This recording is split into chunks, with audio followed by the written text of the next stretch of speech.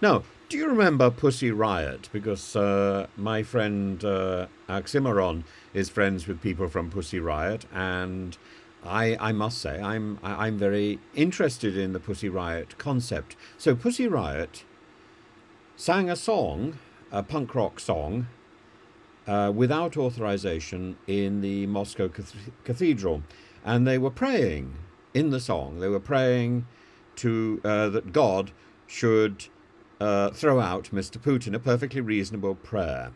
Now, what exactly was their crime? Was it prayer without authorization, prayer without permission? Was it the punk rock style in inappropriate music in an Orthodox church? Or was it the political statement that they were praying about Mr. Putin? Surely young people praying in a cathedral should be encouraged, supported by any church, by any religious organization. Now, you may also recall, because we're on a sort of Russia drive here, you may also recall that there was a series of protests in 2022 when the Kremlin invaded Ukraine, of people holding up white sheets of paper, and even when they were being interviewed, they were being dragged away by the police because we know what those white sheets of paper mean. Well, if we all know what those white sheets of paper mean, is holding up a white sheet of paper offensive? Interesting. And today, I was shown a video of a lady called Isabel Vaughan-Spruce, and she has been arrested for praying outside an abortion clinic. Now, silent prayer. She's not making any noises. We know that she opposes abortion. Well, free country, isn't it?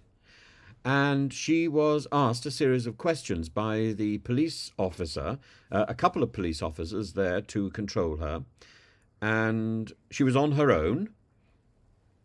She was asked, was she protesting? No, she said specifically she was not protesting. Did she belong to a pro-life organization? Yes, but she was not representing them here today. All she was doing was silent prayer. And she was doing so in a zone which is called a a public space protection zone, a PSBO zone. I don't know quite what that means. Uh, and she was also charged with antisocial behaviour. She was given a fixed penalty notice. And she made it, she said, as she was being given this, I'm making it clear that I am not protesting. And nor was she representing an organisation. She was simply involved in silent. Can you not do silent prayer? So, in other words, has our country, has the United Kingdom, become like Russia, where you've got a sort of thought police who are arresting you for holding a blank sheet of paper because we know what you think? We know what you want to write on that blank sheet of paper, and therefore you are being offensive holding up a blank sheet of paper. We know that that your manner of prayer is offensive, and therefore you're being arrested for that. This is Pussy Riot. This is white sheets of paper.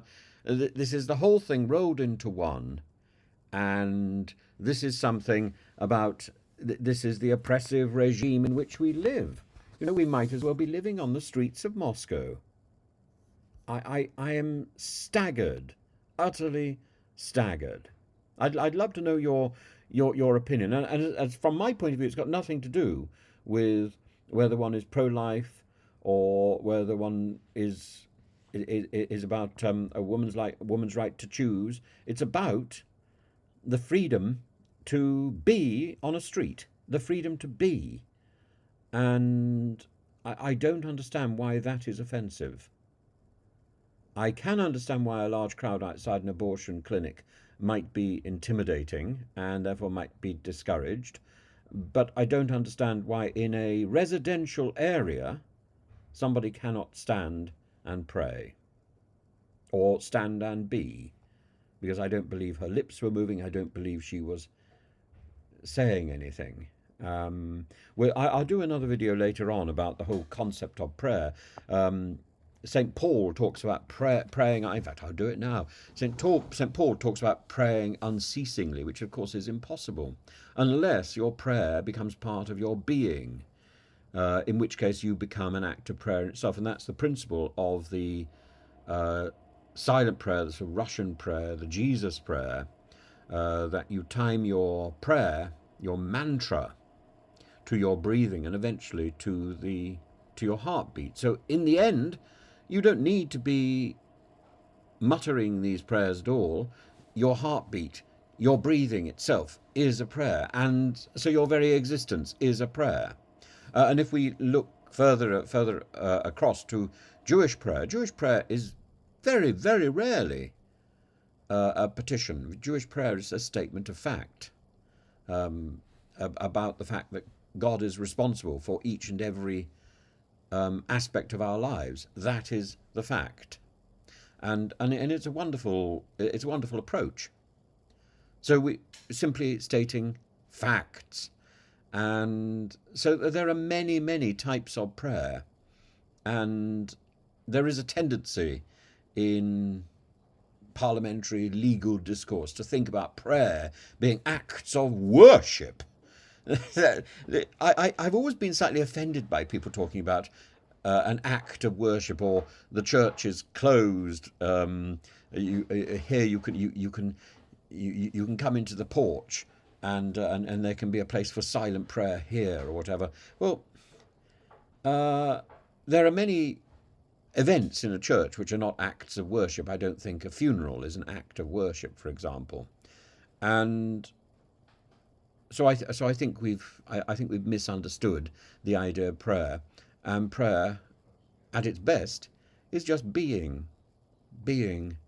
We are in a state of prayer all the time, simply by being, and prayer at its most effective, I think, is simply being aware of being. And that must be a good thing, surely, being aware of being. And now, it seems, on the British streets we can be arrested, or at least issued with fixed penalty notices, as if we are a car in the wrong place.